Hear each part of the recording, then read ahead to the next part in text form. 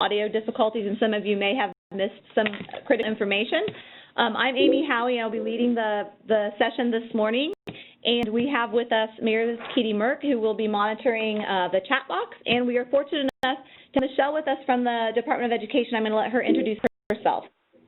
Good morning, everyone. So, again, my name is Michelle Oja, as Amy said, and I'm taking over for Steve Yackey's position in charge of Indicator 13 and also overseeing the Certificate of Completion this morning. Thanks. Statistics, thank you for those of you who let us know that there were some audio challenges in the chat box, and keep those questions coming throughout this session. We're recording and we'll send this out after the webinar with a survey. The brief agenda of what we will cover in the next hour or so, we'll walk you through project success overview, talk briefly about content connectors, and then dig into all of the requirements for the certificate of completion.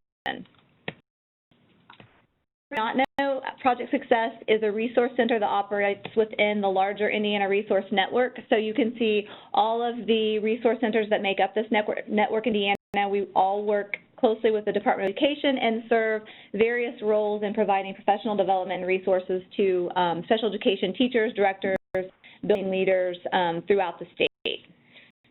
Project Success specific focus is on working with teachers and leaders who support students with significant cognitive disabilities. So we were born about 7 years ago when the Department of Education understood that it was going to be very challenging for the field to make the shift from a functional-based alternate assessment to a very academic achievement-based assessment. So we have since that time been working through from the old iStar through NCSIC to the new iStar and now to the IAM alternate assessment. And although we do talk about the assessment from time to time, our primary work has been around instruction and planning and how to support students with the most significant cognitive disabilities. So topics that we cover frequently, and you're just seeing sort of a snapshot of by the numbers on the screen now. We work a lot with teachers on unpacking the content connectors and helping teachers find those pieces of standards and skills and that are starting points for their lesson planning. We've done curriculum mapping with districts. We've worked on goal writing, have done some collaborative work with the Transition Center and IEPRC around writing goals. We are launching some work around formative assessment this year that's been really exciting, taking groups who have been planning and increasing their academic instruction for several years and integrating formative assessment. And then as we're doing today, we have done a lot of professional development in the implementation for the certificate of completion. We do everything from on-site classroom coaching to webinars, summer institutes. Those are always very popular with teachers because it gives them a time to connect with other teachers who serve the same populations of students that they do. I don't have a screenshot of our website in here, but there are quite a few resources available. It's projectsuccessindiana.com, and I think Meredith is throwing that in the chat box if you want to access any of the resources that are available there. So for those of you who aren't aware, content connectors are Indiana's alternate academic standards. So for most of the students in Indiana, they are expected to master the Indiana academic standards, but for 1% of the population, students who have the most significant disabilities, they are expected to learn Indiana's alternate academic standards. Those are available in K-8 in English, Math, Social Studies, and Science.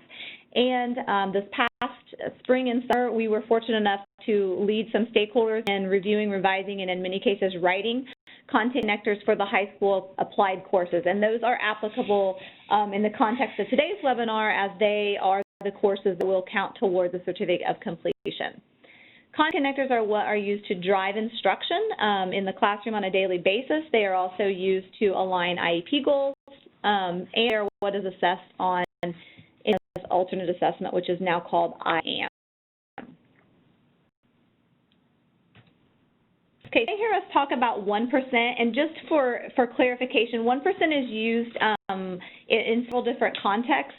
So for ESSA, for accountability purposes, 1% is referring to the number of students that are eligible to earn an alternate diploma. So in Indiana, those regulations have not been completely released. However, there is state law saying that we will have an alternate diploma. The regulations for that are not, and the guidance for that has not been released yet.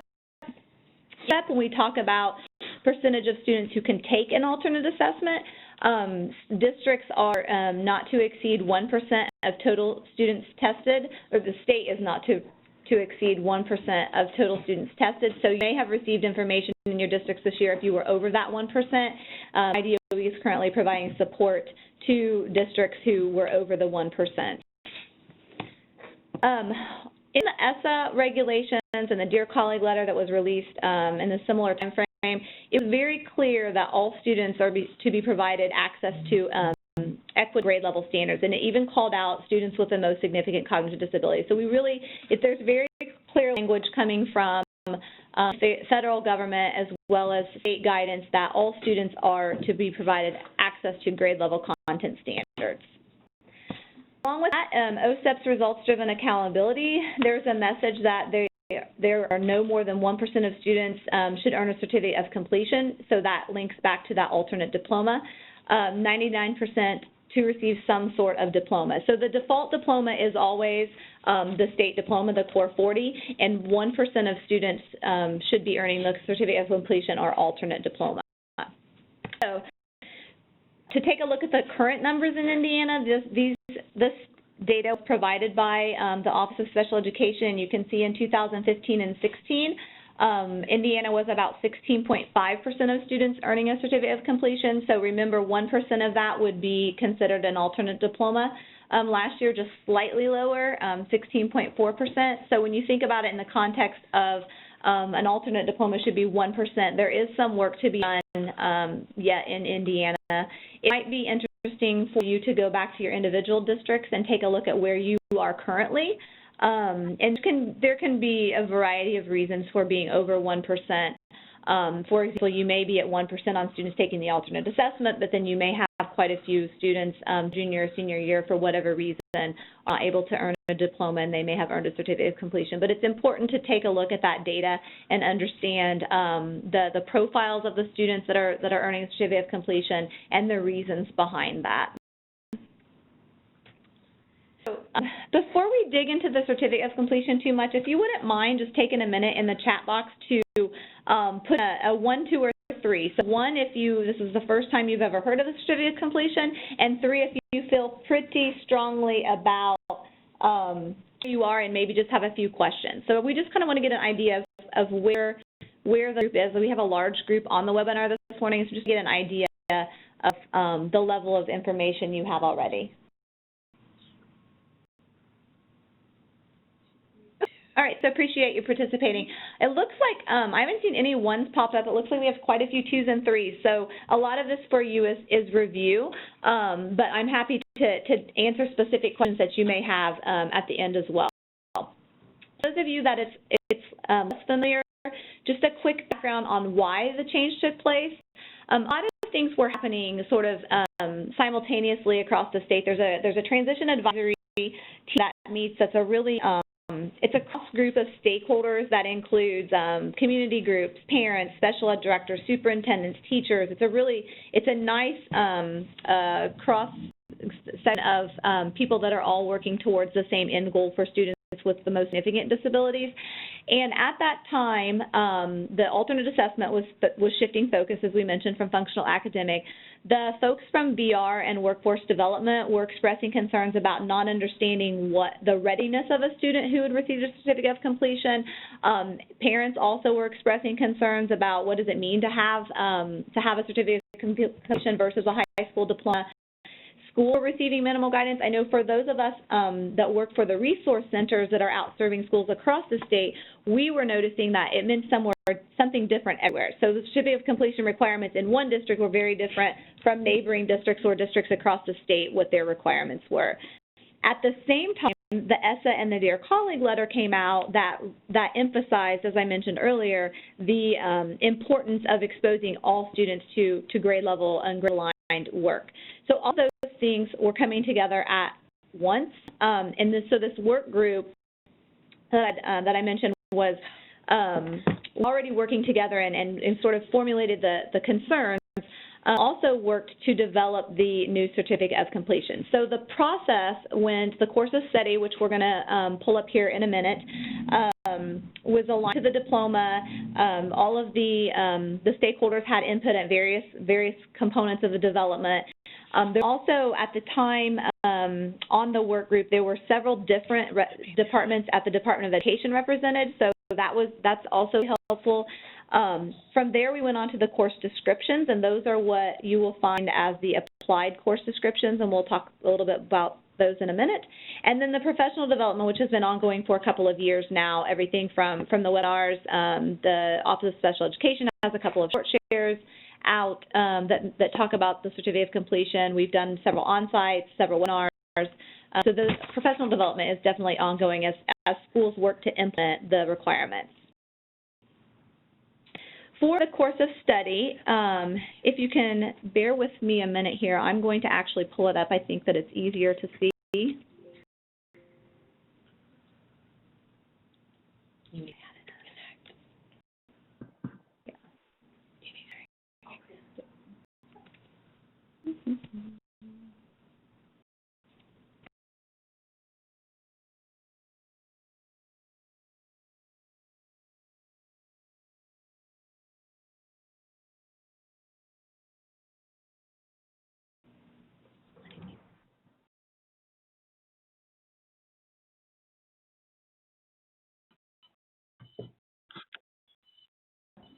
So the certificate of completion, this is the Department of Education's website, and the course of study is here both in English and in Spanish. So I'm just going to pull it up. This is probably, for many of you, this is probably why you joined today, to start to understand what this looks like for students earning a certificate of completion. Just quick, for those of you who have not seen this before, you'll notice it looks a lot like the Core 40 and General Diploma. The look and feel of it, that was intentional so that it was easy for everyone to understand that these are the requirements for certificate of completion. You'll notice that the content is English language arts, math, science, social studies, PE, health and wellness. Employability is different than what you would see on Core 4. We're going to talk about that in a minute. A couple of things to note here regarding the course of study. Certificate of completion requires a combination of 40 credits and units. So a credit is like it would be for any student earning a diploma. They've met the requirements of the course and the Indiana academic standards. So if you have students who have earned credits in classes, those count towards the certificate of completion. However, we know that all students are not going to earn enough credits for a diploma, so they also may earn applied units. A unit is sort of the equivalent to a credit, except for it is on a modified curriculum.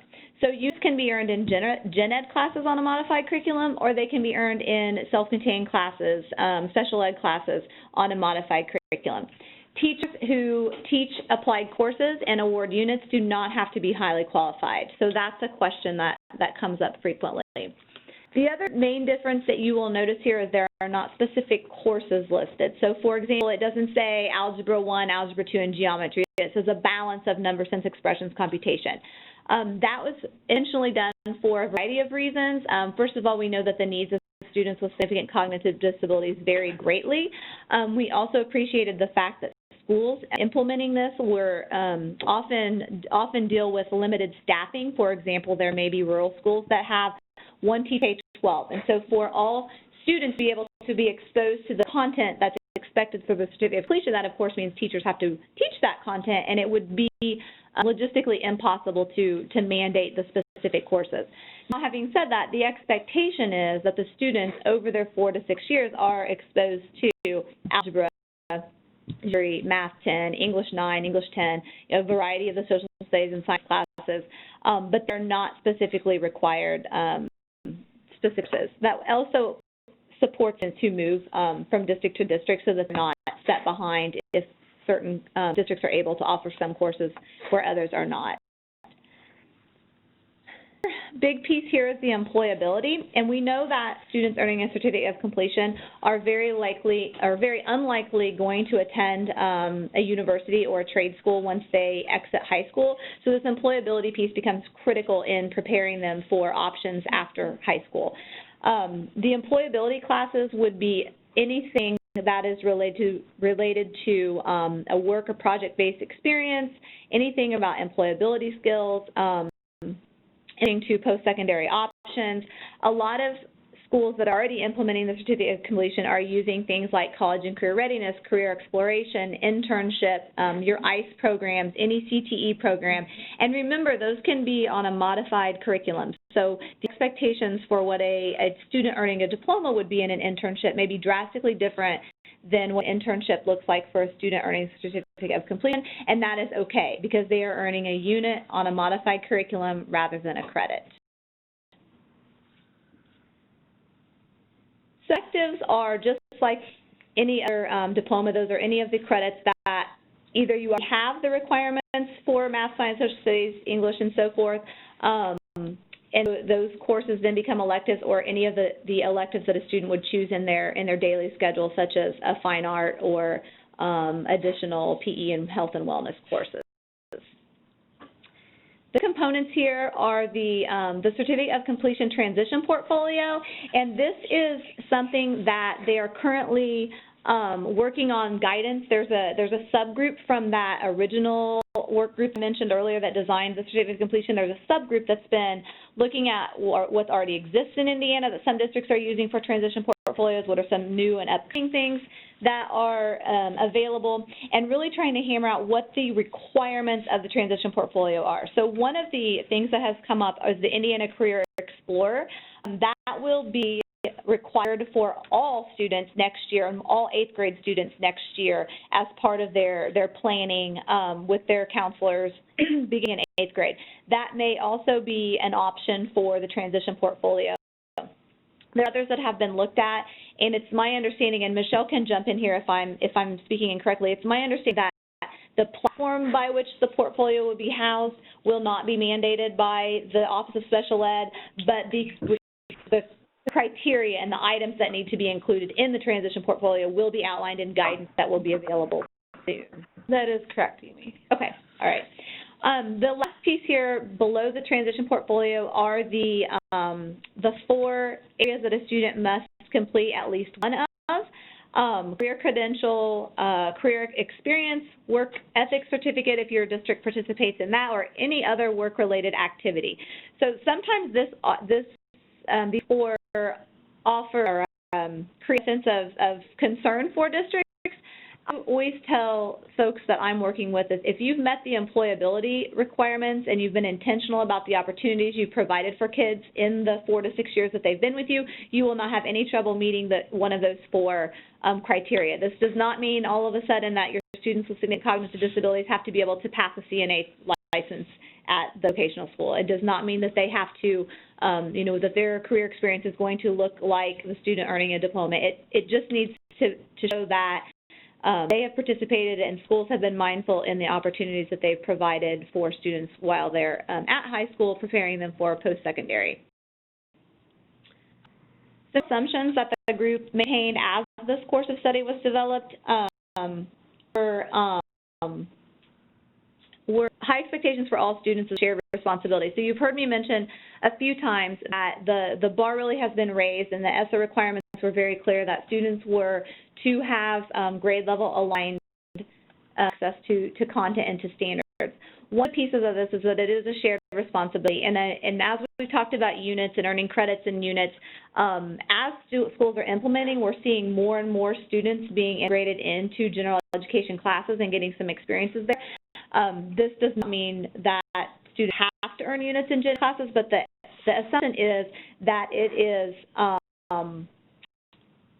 such a shared responsibility. So that's why when we look at the roles of the participants on this webinar today, I saw teachers, I saw leaders, I saw counselors, I saw administrators, special ed directors, and that's wonderful because it really does show an interest and a dedication to making this a shared responsibility. As I mentioned, general education courses are accessed whenever appropriate. Of course, those are going to be student-specific and really determined by the skills and the needs and the supports available for students. If IEP goals are aligned, the question we get often, too, is what about the communication skills? A lot of our students that fall into this this group of students have complex communication needs.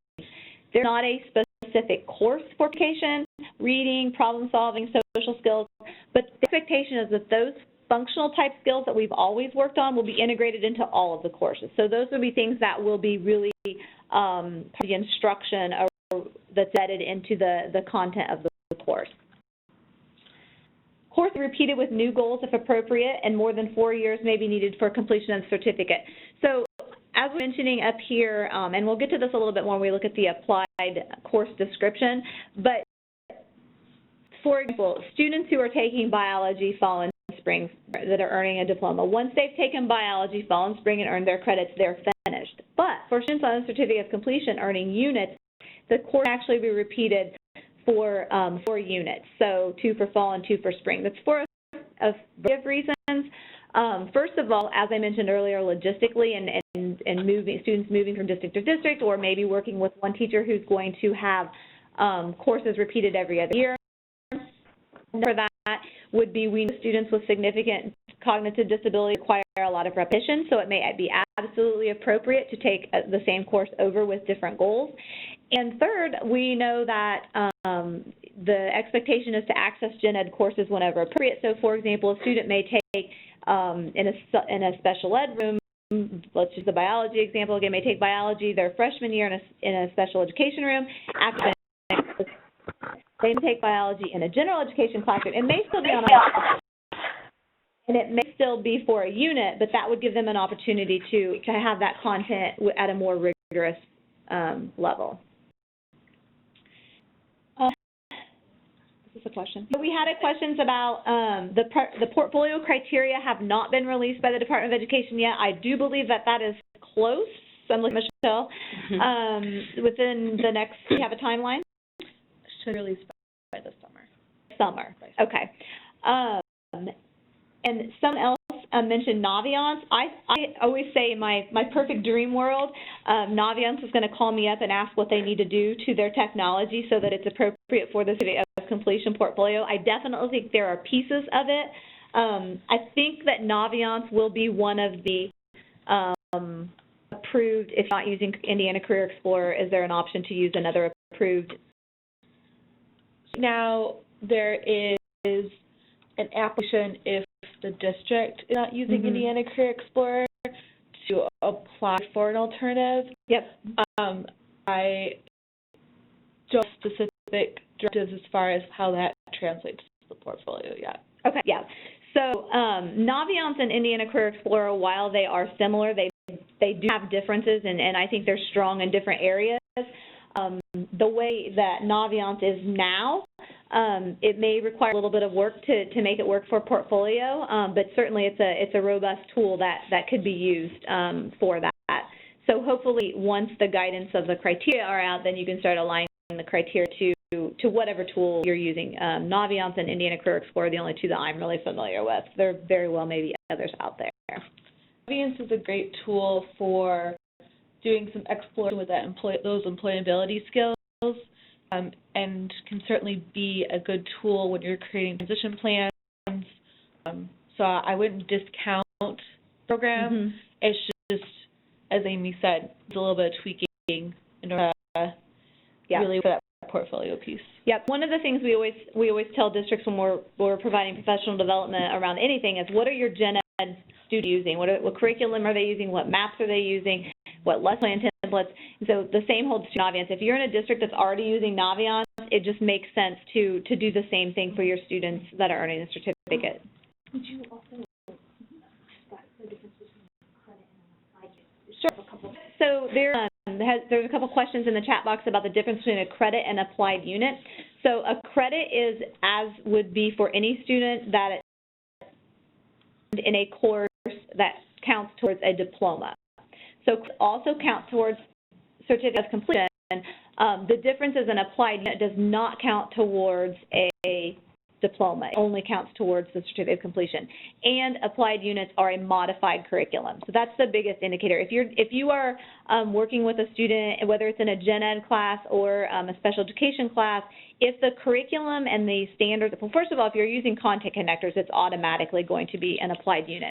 if you're using Indiana academic standards to plan instruction and you modify the content that you've moved the mark, so we're not just providing support and accommodations, but we've actually modified the curriculum, then the student needs to earn a unit, and it would only count towards the certificate of completion.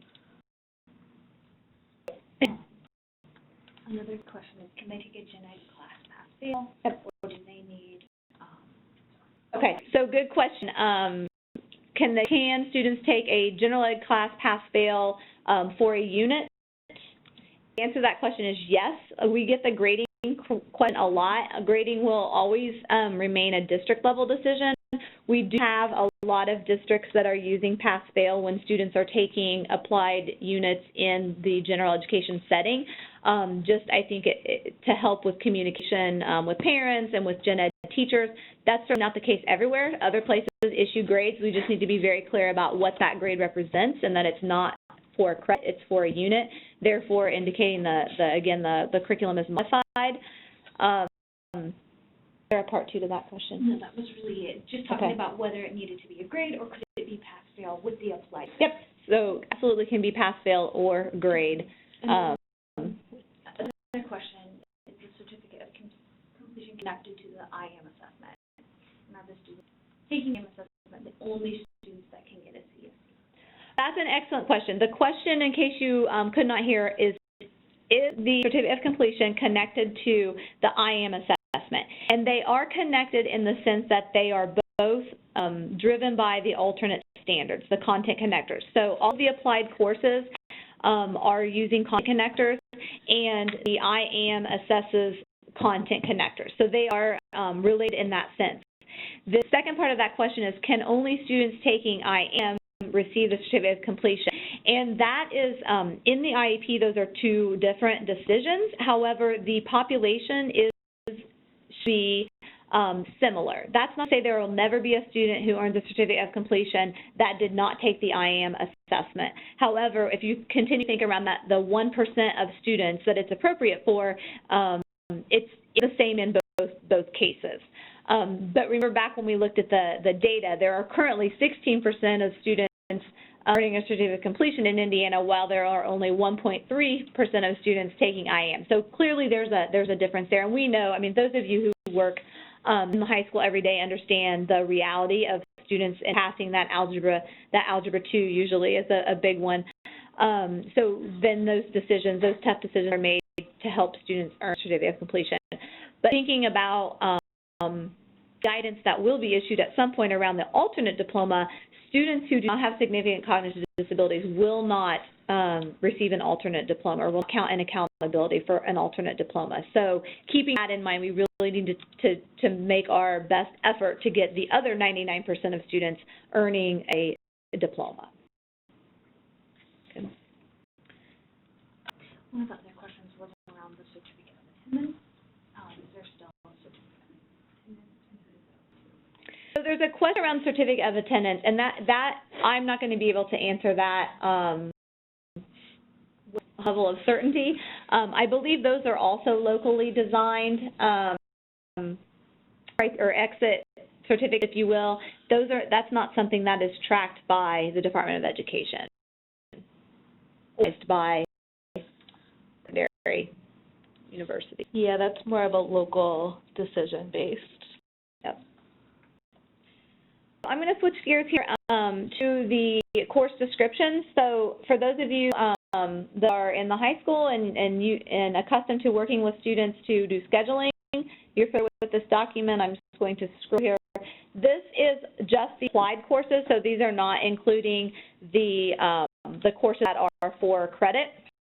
So the layout is very similar. This first one here is Applied Business Math.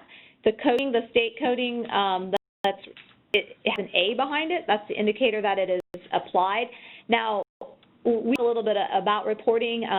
The Department of Education has a group that works closely with SIS vendors, so whether you're a Skyward School, Power School, or you have your own system, those The vendors are well aware of these changes, and they've been working with local districts and the Department of Education to make sure that the back end is set up correctly. So for those of you responsible for the master schedule or for scheduling students, you understand that there is a lot of work in assigning courses and assigning recommended levels and how many credits they can earn, if it's repeatable, does it count into GPA, all of sort of those logistical type things that school counselors are used to doing. There is some setup for the certificate of completion, but just know if you have someone in your district has likely already spoken to the vendor, your SIS vendor, and has put those things into place.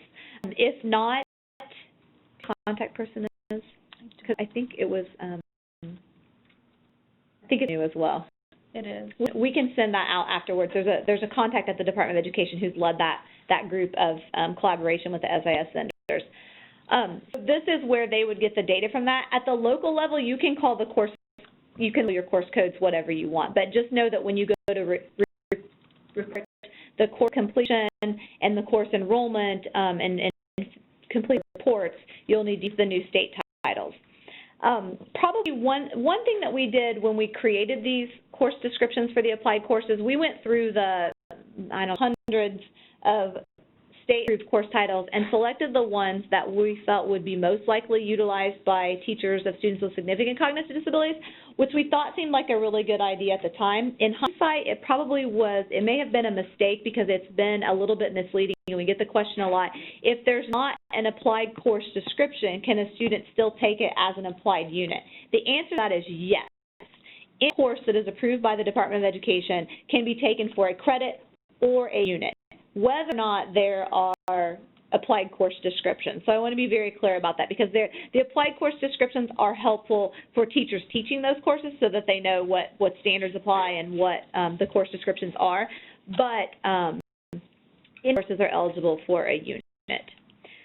So you can see here on the applied course descriptions, it gives the recommended grade level, the number of units, which I mentioned earlier is roughly doubled from the number of credits for the aligned course.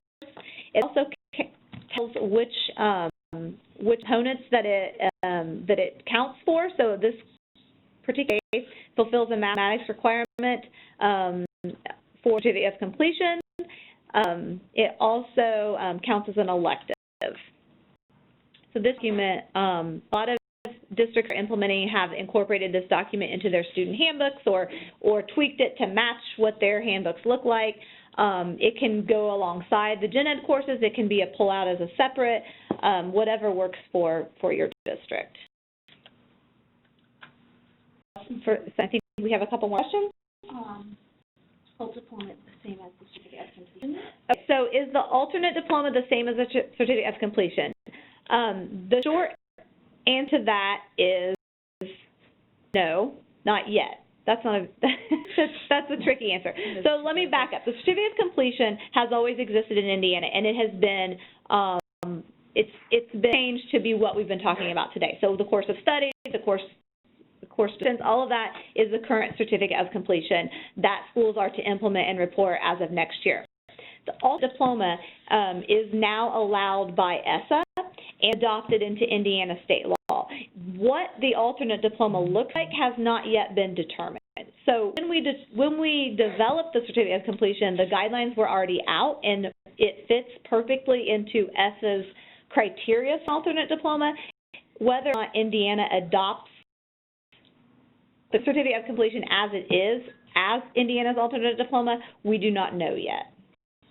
So it would say likely that they will align. The one thing to keep in mind, though, is alternate diploma, no matter what it looks like, will only be, for accountability purposes, will only be awarded for students with significant cognitive disabilities, so 1%. Another question was a student with very significant disability, limited communication. Yep. Emphasize how that hits the certificate of completion and how it can be modified for all students. Sure. Despite levels of needs. Yep. So the question that we just received was, what about students with the most significant disabilities? So students that have complex communication needs, medically fragile, miss school periodically, health issues, well, the kids that really have high support needs. Is the certificate of completion designed for them? Absolutely, yes. That is they definitely fall within that 1% that we have been talking about. Remember, we talked about a unit as a modified curriculum, so if appropriate supports are provided, and if the curriculum is modified to meet the needs of that student, then they earn the unit for that course, which would apply to the certificate of completion.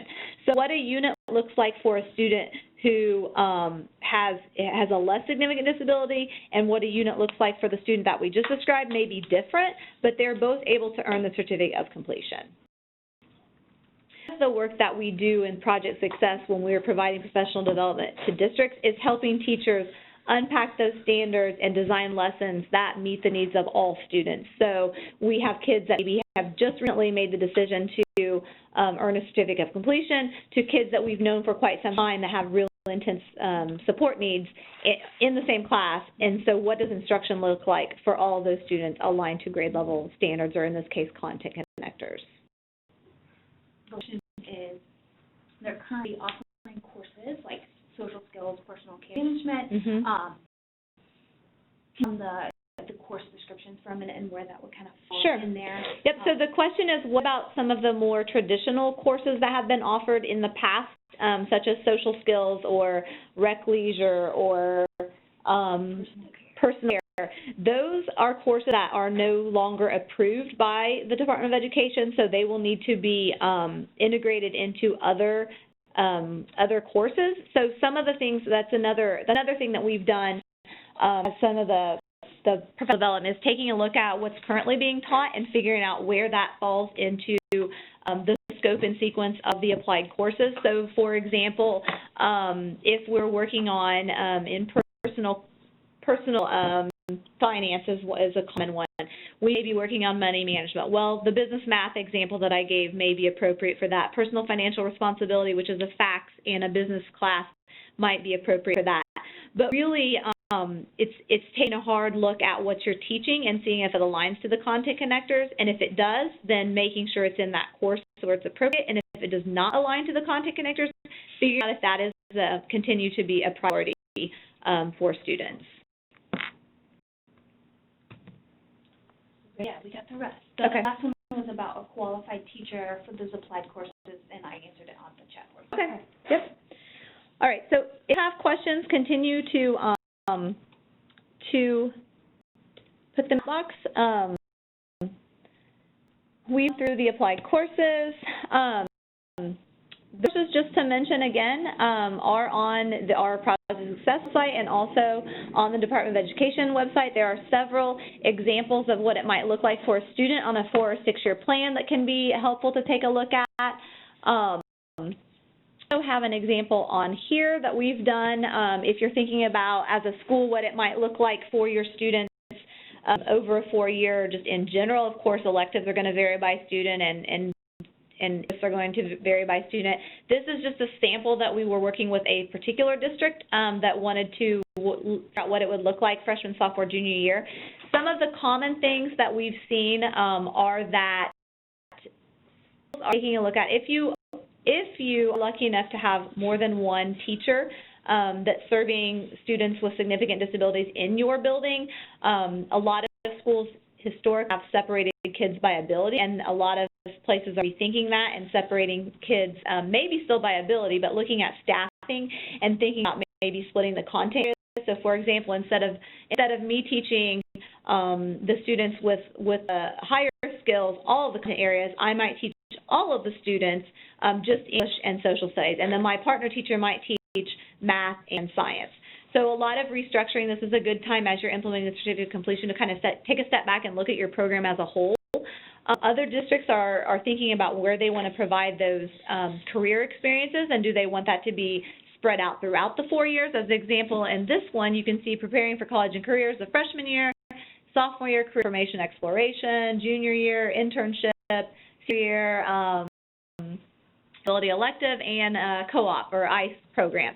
So this would be one approach to it. Other schools and districts have taken the approach of we're going to go heavy on the academics freshman, sophomore, junior year, and then we're going to institute a really solid transition program or 18 to 22-year-old program their junior and beyond. So there's no right way to do this, or there's several right ways to go about it. It's just a matter of looking at team and what you have, what your resources are, and making decisions that are going to be best for kids, but that are also going to work for adults, because this is a lot of shift for teachers as well.